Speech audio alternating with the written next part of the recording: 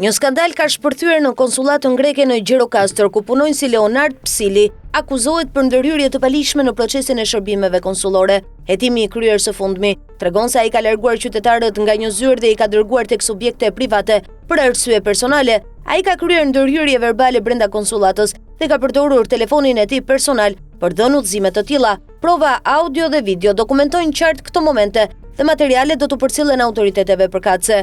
Rasti përfshin një shkelje të rëndë në funksionimin e shërbimit konsullor.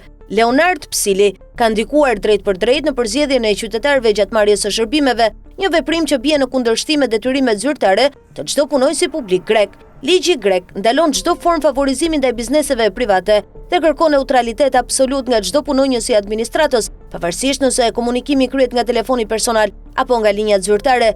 Shkelja e këtij detyrimi përbën përgjegjësi të qartë administrative. Veprimet e raportuara bien ndesh edhe me Konventën e Vienës për marrëdhëniet konsullore të vitit 1963. Konventa kërkon integritet të plotë të funksionit konsullor dhe ndalon përdorimin e postit për qëllime personale ose favore të jashtëligjshme.